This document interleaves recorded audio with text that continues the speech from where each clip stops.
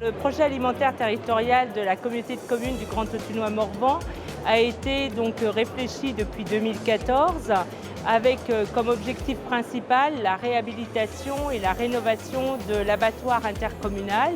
Notre objectif, c'est que tous les habitants de ce territoire du Grand Autunois-Morvan puissent prendre connaissance qu'ils ont localement des produits de qualité et qui ne sont pas plus chers que certains produits fabriqués ailleurs que sur ce territoire. Alors, le plan alimentaire territorial de Lorient a déjà maintenant plusieurs années. Son objectif premier, c'était de mettre autour de la table et de réunir tous les acteurs des différentes filières du monde agricole et alimentaire.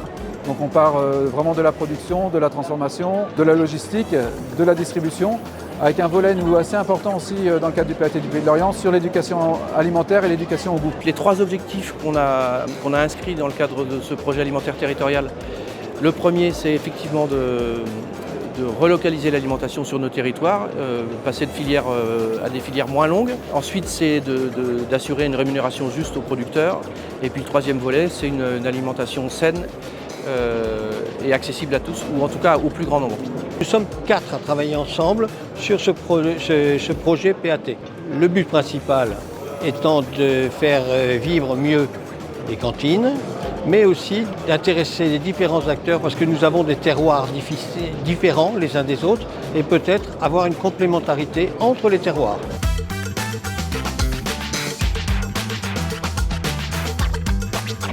Ce que l'on souhaite, c'est développer la sécurité sociale alimentaire et faire que tous les habitants de ce territoire puissent s'imprégner des possibilités qu'ils ont pour bien manger et bien vivre en santé. Au niveau local, si je reviens vraiment sur mon territoire, nous on est vraiment sur un projet là d'essayer de travailler sur une légumerie par exemple, parce qu'on voit bien que c'est un outil qui est à la fois indispensable pour nos producteurs, pour installer des producteurs, conforter des filières, renouveler des filières, installer de nouvelles filières. Une chose est sûre, c'est qu'on est sur un chantier qui est fragile et pour employer un terme bancaire ou un terme économique, il faut qu'on dérisque ce genre de projet.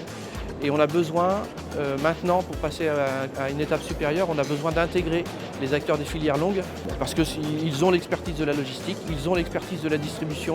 On a besoin aussi des coopératives et des négoces parce qu'ils ont l'expertise de la collecte et du triage. Sur notre commune, on est en train de mettre en place 3 km de haies pour protéger la biodiversité. Et ce sont des volontés politiques bien sûr, mais aussi en accord avec les agriculteurs.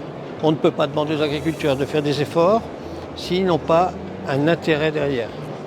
Il faut que ce soit un intérêt économique ou écologique. Et je pense qu'on pourrait améliorer nos territoires, aussi bien pour le tourisme, la productivité aussi sur les fermes, peut-être diversifier. Chez nous, il y a beaucoup de céréales, très peu d'élevage, mais peut-être éviter d'avoir des élevages gigantesques. Plutôt avoir des élevages à taille humaine en mer, c'est ce que je souhaite pour mon territoire.